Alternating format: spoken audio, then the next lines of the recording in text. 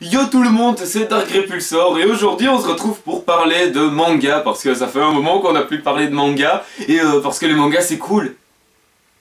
Qu'est-ce qu'il y a Jean-Patrice? C'est pas quoi? C'est pas drôle? Ouais non, t'as raison c'est pas drôle. Je fais quoi du coup? Je continue normalement et je fais comme si de rien n'était. Ouais pas con, on fait comme ça.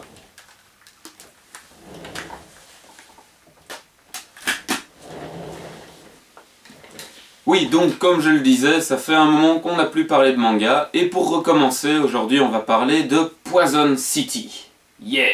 Mais avant un petit peu d'explication, si j'ai pas reparlé de manga avant maintenant, c'est tout simplement parce que j'aime bien parler d'œuvres qui sont terminées. Donc en animé, je vais toujours, si je veux parler d'un animé de saison, je vais toujours attendre la fin de la saison minimum pour en parler. Pareil pour les mangas du coup. Si j'ai envie de parler d'un manga, je vais en parler quand la série est terminée, quoi, tout simplement. Et donc ici, ben, je m'étais mis la contrainte, enfin le hasard a fait que je m'étais mis la contrainte, que toutes les séries que je lisais étaient en cours de parution. Du coup, ben, il a fallu que j'attende qu'il y en ait au moins une qui se termine. Et ici, là, du coup, il y en a 2 ou 3 qui sont terminées, donc je vais pouvoir faire quelques otaku manga parce que ça faisait longtemps. Et voilà. Et pour ceux qui n'auraient pas vu les précédents otaku manga, ben on va dire que ça se rapproche plutôt du vlog. J'ai pas de critique écrite, vous allez sûrement vous en rendre compte très vite. Et ben je vais dire un petit peu ce qui me vient sur le moment, quoi. Je vais parler de l'œuvre et puis quand j'aurai fini d'en parler, j'aurai fini d'en parler. Voilà, c'est fait. Jean-Patrice on s'en fout. Ouais, on s'en fout, on passe à la suite. Alors, Poison City, c'est écrit par Tetsuya Tsutsui. C'est le papa de Prophecy, de Manhole, de Reset.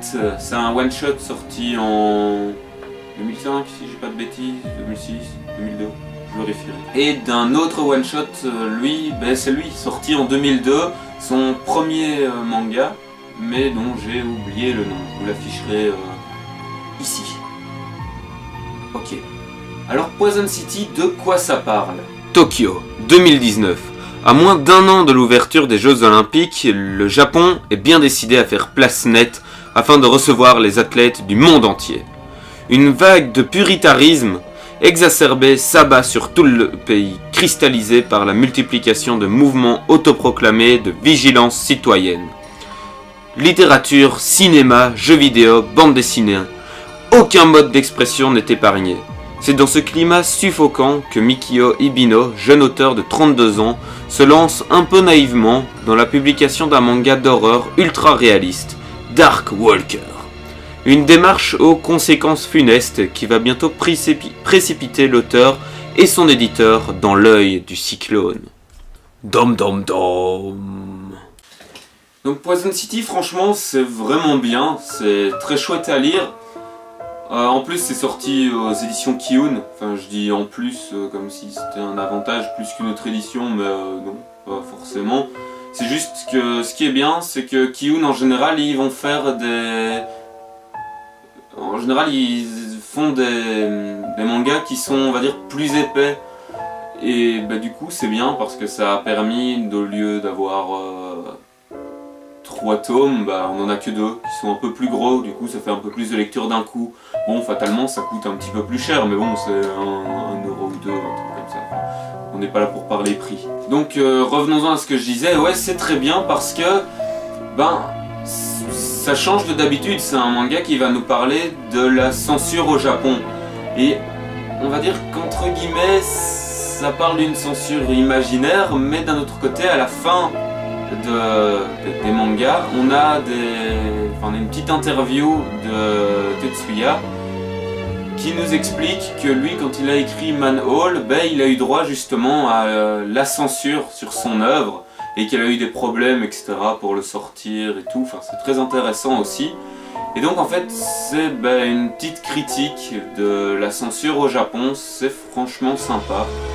Et en plus, on a un petit aspect, on va dire, fantastique, parce que en plus de suivre les aventures de Mikio dans son périple pour faire accepter son manga auprès de ceux qui décident si c'est bon ou pas. J'ai oublié leur nom.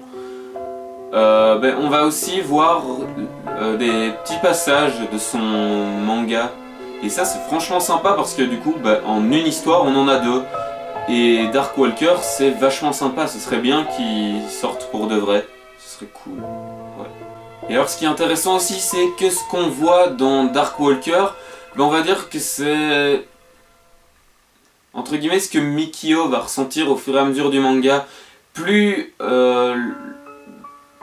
l'aventure de Mikio va avancer dans l'histoire, plus Dark Walker va devenir, on va dire, sanglant. Plus Mikio va avoir des problèmes à faire éditer son manga et à le faire accepter, etc.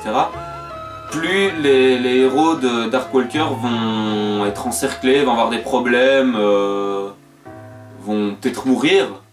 Pour certains, on ne sait pas. Enfin, je ne vous le dis pas. Et donc ça aussi c'est pas mal parce que ça permet, comme je l'ai dit, d'imager ce que va ressentir le personnage principal dans sa quête d'acceptation de son œuvre. C'est beau ce que je viens de dire. Ouais. Note-le, Jean-Patrice. Mais alors l'œuvre ne va pas seulement nous parler de la censure au Japon, ça va aussi nous parler de la censure aux États-Unis à l'époque pour les comics. Où à un moment donné, ils étaient obligés de faire des comics rigolos parce que les comics trash, c'était pas bien, etc. Maintenant, est-ce que c'est vrai? Je me suis pas plus renseigné que ça. Sûrement, je sais pas en fait. Je dis peut-être de la merde. Dites-le moi en commentaire parce que ça m'intéresse en fait en vrai. Mais j'ai oublié de me renseigner, j'ai eu la flemme. Voilà. Mais c'est vraiment un manga qui va être passionnant à suivre quoi. Enfin on peut penser que ça va être chiant de. Enfin quand on parle de faire accepter un manga par rapport à la critique, enfin je sais pas, on peut s'imaginer que le mec il va devoir aller à une administration et signer des papiers, oui donc on va retirer cette page là et cette page là, mais on va laisser celle-là, machin. Mais en fait non. Et ce que je viens de dire c'est nul aussi, donc je vais peut-être le supprimer. On va aussi voir Mikio qui va se battre parce que d'un côté on va avoir son éditeur qui est vraiment intéressé par l'œuvre qu'on lui propose, il a vraiment envie de la publier, mais il peut pas parce que sinon il va perdre lui de l'argent et Mikio va pas gagner assez sur son œuvre qui mériterait d'être mondialement connue.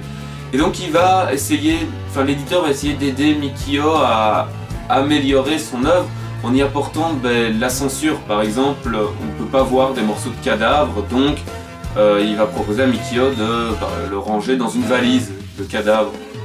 Ou alors on peut pas voir de tête se faire arracher, donc ça va être remplacé par autre chose, etc.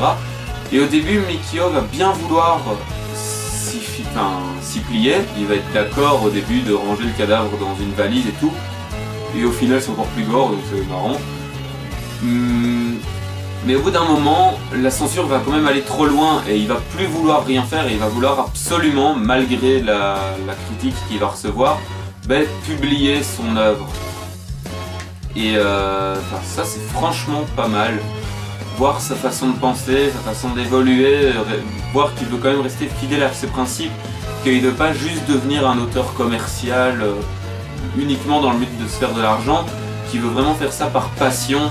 Et c'est aussi une petite critique de certains artistes, aussi bien au niveau de la musique qu'à d'autres niveaux, qui ont des bâtons dans les roues et soit on décide tant pis et on se prend de la critique, ou alors on respecte la critique et on fait des trucs commerciaux, parfois dégueulasses et tout.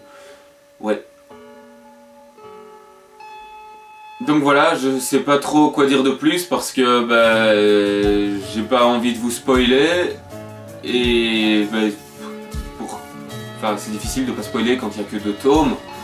Et voilà, maintenant c'est vrai qu'il n'y avait pas non plus forcément grand chose à dire, mais c'est vraiment sympa et je vous conseille vraiment de lire cette œuvre parce que on apprend un peu plus sur la façon de faire un manga, enfin plutôt de la façon dont les mangas sont classés, etc.